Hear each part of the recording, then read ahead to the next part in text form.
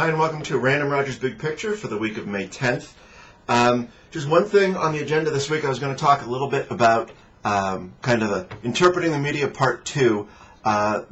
This thread first came up in the comments on Thursday about media, and I threw in something in there about extrapolating out, and that's something that you see a lot on TV or things that you read in this, read anywhere, any of the TV channels. It's a very common thing to, whatever the trend is right now, it's kind of emotionally intuitive to think that the trend, whatever it is going to continue.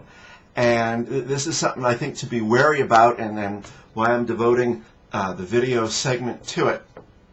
So in the last 2 months, it's exactly 2 months, we're up about 35%, something like that.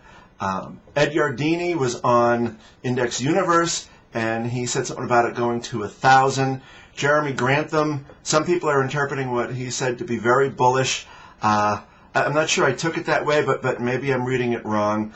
Dan, I think his name is Fitzpatrick, I heard him on the radio, let's see, no? Maybe I saw it on TV, whatever.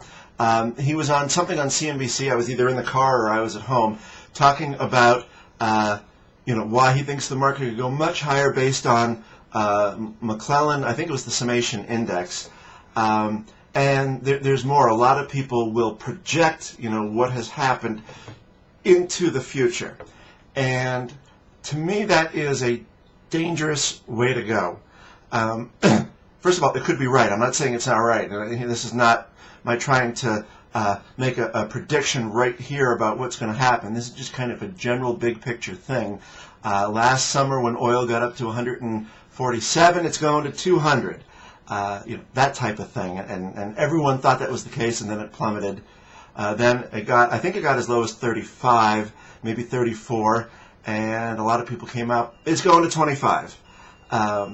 You see it a lot in currencies. There was a while there where the Australian dollar was up in the mid-90s, maybe even 98 cents. It's going to parity with the U.S. dollar.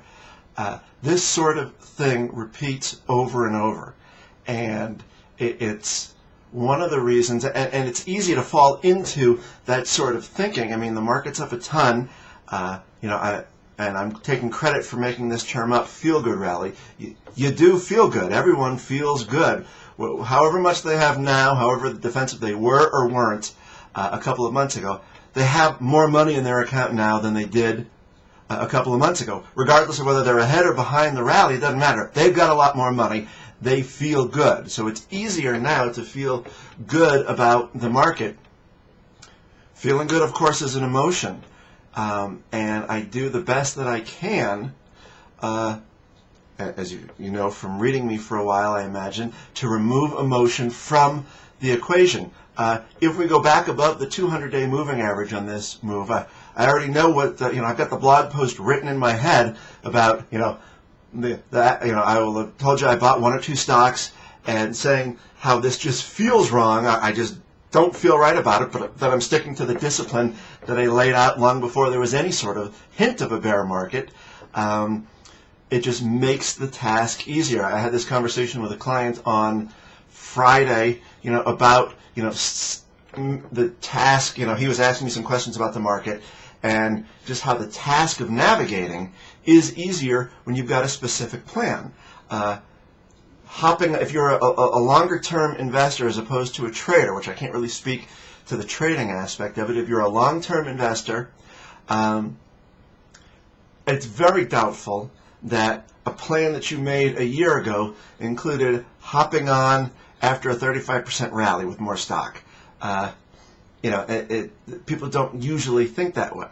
My inclination in these sort of things is to kind of lean against them a little bit. I bought some SDS earlier in the week at the S&P 500 was at 903 or 4 as I was buying it, right in that area. It was a good day to buy it actually because the market moved so little, and so it just made getting in, with the few trades I needed to get done, made the task easy. And so we've gone up 25 or 6 points, I guess, since then on the market. if we get to, we're coming up now on the 200-day moving average soon. If it fails there, that should not be a shock. If it goes above, then I'll just take the action that I said I was going to take a long time ago. Just stick to the discipline. As I talk that out to you in the video, I'm not trying to make, hopefully it's clear, a gut call on what's going to happen. I bought SDS because I said, I planned this out a while ago. If we get something like a 30 or 40% rally in a couple of months at some time, I'll probably buy a little SDS. I will, and this applies to you too, over the course of my investing career, I'll make some good trades and some bad ones. Buying a little bit of SDS after a 35% rally in 2 months is not going to be the single dumbest thing I ever do, even if it doesn't work out. Hopefully that makes sense the way I'm saying it. I think this is going to be a short video this week. It stresses the point of you're going to hear a lot of people on TV extrapolate whatever trend is going on. This will happen for the rest of your investing life. You're going to hear this. Sometimes it may be right and sometimes it may be wrong. The best way to deal with this is to not react by the seat of your pants, but to have something planned out. If the market does this, then I'm going to do A. If the market does that, then I'm going to do B. Then when it happens, oh, I've already planned this out. I said I was going to do this. And then, boom, you go ahead and do it. It doesn't mean you don't necessarily tweak a little bit.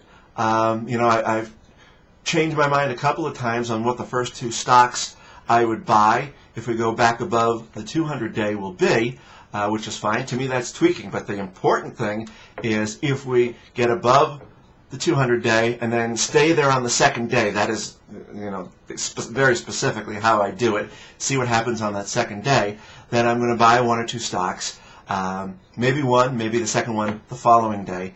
The bigger decisions is what matters the most. Hopefully you get that, as opposed to the shades of gray. Am I going to buy a discretionary? Am I going to buy a tech? That is kind of a shade of gray.